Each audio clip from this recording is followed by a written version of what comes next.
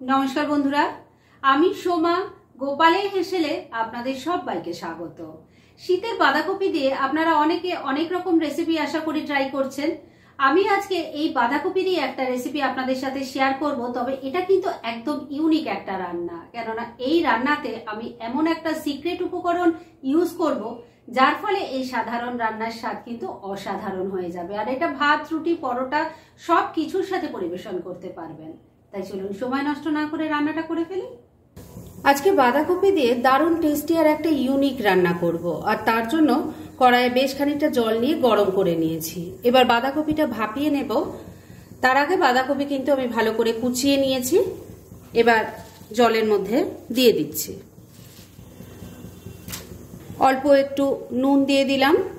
ভালো করে সবকিছু মিশিয়ে নিচ্ছি। আমি এখানে একটাই ছোট সাইজের বাঁধাকপি নিয়েছি।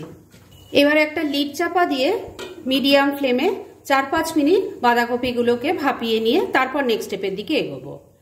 মিনিট 4 ঢাকা দিয়ে বাঁধাকপিটা ভাপিয়ে নিয়েছে। এবার ঢাকা তুললাম।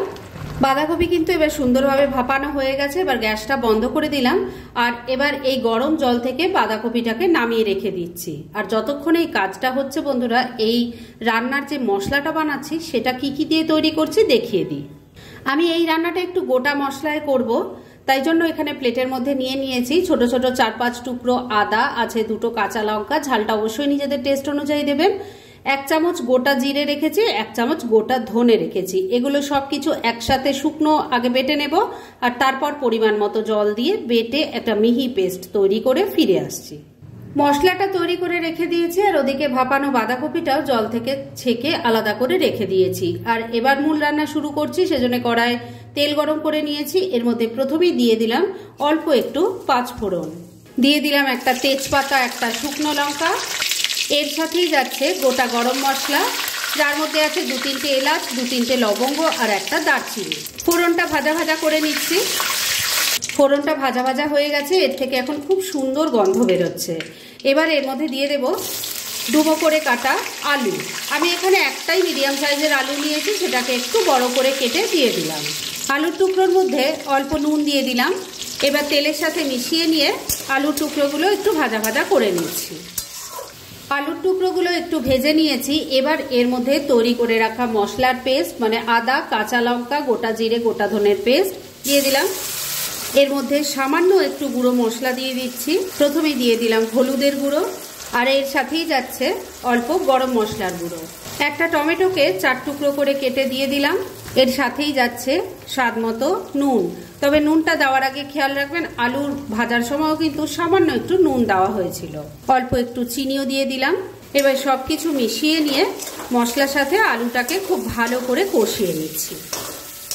মিনিট 2 সময় নিয়ে আলুর সাথে মশলাটাকে ভালো করে মিশিয়ে কষিয়ে নিয়েছি। এবার ভাপিয়ে রাখা বাঁধাকপিটা দিয়ে দিলাম। সবকিছুর সাথে খুব ভালো করে মিশিয়ে নিচ্ছি। এতক্ষণ পর্যন্ত আপনারা যারা ভিডিওটা দেখলেন তাদের মধ্যে অনেকেই হয়তো ভাবছেন যে এটা তো একটা সাধারণ বাঁধাকপি রান্নাই। তবে বন্ধুরা, আগেই আমি বলেছি যে এর মধ্যে একটা টুইস্ট পড়বে, যার ফলে কিন্তু এই রান্নার স্বাদ অসাধারণ হয়ে যাবে। আর সেটা কিন্তু এবার তৈরি করব, তাই একটু ধৈর্য ধরে শেষ অবধি ভিডিওটা দেখুন। মশলার সাথে ভাপিয়ে রাখা বাঁধাকপিটাকে খুব ভালো করে মিশিয়ে নিয়েছি। এবার এই মশলার সাথে খুব ভালো করে বাঁধাকপিটাকে কষাতে হবে। যত ভালো কষানো হবে ততই কিন্তু এর টেস্ট ভালো হবে। আর যতক্ষণে এই বাঁধাকপি কষানো হচ্ছে ততক্ষণে চলুন ওই সিক্রেট জিনিসটা তৈরি করে ফেলি। একদিকের ওভেনে তরকারিটা হচ্ছে, আর আরেকদিকের ওভেনে এই রান্নায় যে আমি একটা স্পেশাল সিক্রেট ইনগ্রেডিয়েন্ট দেব বললাম, সেটার জন্য একটা তরকা প্যানের মধ্যে আমি এখানে 2 টেবিল স্পুন মুগ ডাল দিয়ে দিয়েছি। এবার ফ্লেমটাকে একদম কমে রেখে এই ডালটাকে ড্রাই রোস্ট করে নিচ্ছি। 2-3 মিনিট সময় নিয়ে লো ফ্লেমে মুগ ডালটা ড্রাই রোস্ট করে নিয়েছি। এর থেকে এখন খুব সুন্দর গন্ধ বেরোচ্ছে। এবার আমি গ্যাসটাও বন্ধ করে দিলাম। বন্ধুরা, এই ডালটা কিন্তু ধোয়া যাবে না, তাই ড্রাই রোস্ট করার আগেই আমি পরিষ্কার কাপড় দিয়ে এটা ভালো করে মুছে নিয়েছিলাম। এবার প্রথমেই এই ডালটাকে আমি নামিয়ে রাখবো, আর তারপর ঠান্ডা হয়ে গেলে মিক্সির জারে নিয়ে এটাকে গুঁড়ো করে নিচ্ছি। ড্রাই রোস্ট করা মুগ ডালটা দেখুন গুঁড়ো করে রেখে দিয়েছি। এদিকে মিনিট 3 রান্নাটাও হয়ে গেছে। ঢাকা তুললাম। একটু নাড়াচাড়া করে নিয়ে এবার এর মধ্যে দিয়ে দেব একটু ছাড়ানো মটরশুঁটি, ড্রাই রোস্ট করা মুগ ডালটা যেটা গুঁড়ো করে নিয়েছি, দিয়ে দিচ্ছি 2টো গোটা কাঁচা লঙ্কা।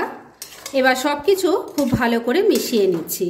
বন্ধুরা, বাঁধাকপি তো আপনারা নিশ্চয়ই অনেকে অনেক রকমভাবে তৈরি করেন, কিন্তু এইভাবে যদি তৈরি না করে থাকেন, সবার কাছে রিকোয়েস্ট করব একবার হলেও এরকমভাবে তৈরি করুন।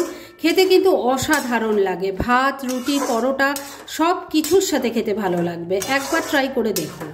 সব কিছু খুব ভালো করে মেশানো হয়ে গেছে। বাঁধাকপি তো অর্ধেক সেদ্ধই হয়ে গেছে, কিন্তু মুগ ডালটা যে দিলাম সেটাকেও তো ভালো করে সেদ্ধ হতে হবে। সেজন্য মিক্সির জারটার মধ্যে অল্প জল নিয়ে দিয়ে দিলাম, মিশিয়ে নিচ্ছি। সব কিছু ভালো করে মেশানো হয়ে গেছে। এবার ফ্লেমটাকে লো আর মিডিয়ামের মাঝামাঝি রেখে ঢাকা দিয়ে 3-4 মিনিট আবারও রান্না করে নিচ্ছি। মিনিট 4 আবারও রান্নাটা হয়ে গেছে। এবার ঢাকা তুললাম। আমি কিন্তু মাঝে 2বার ঢাকা তুলে একটু নাড়াচাড়া করে দিয়েছিলাম আর নুন মিষ্টিটা চেক করে নিয়েছিলাম। দেখেই নিশ্চয়ই বুঝতে পারছেন রান্নাটা হয়ে গেছে। এবার শুধু শেষ পর্যায়ে এর মধ্যে দিয়ে দেব একটুখানি ঘি। ভালো করে মিশিয়ে নিচ্ছি। ঘিটা ভালো করে মিশিয়ে নিয়েছি। রান্না এবার একদম রেডি। গ্যাসটা বন্ধ করে দিলাম।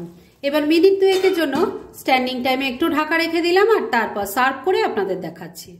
ফ্রেন্ডস, আমার আজকের এই দুর্দান্ত স্বাদের ইউনিক ক্যাবেজ কারি রেসিপি একদম রেডি হয়ে গেছে এবং আমি সার্ভ করে দিয়েছি। একঘেয়ে বাঁধাকপি রান্নার থেকে মুক্তি পেতে এই রান্নাটা কিন্তু ট্রাই করতে পারেন।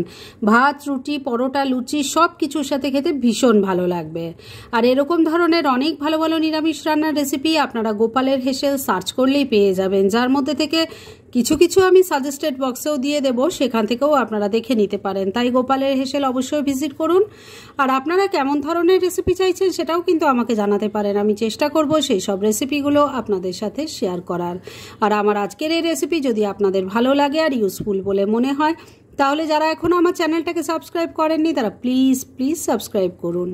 তাহলে আজকের মতো এখানেই শেষ করছি। পরদিন আবার এরকমই কোনো ভালো রেসিপি নিয়ে চলে আসব।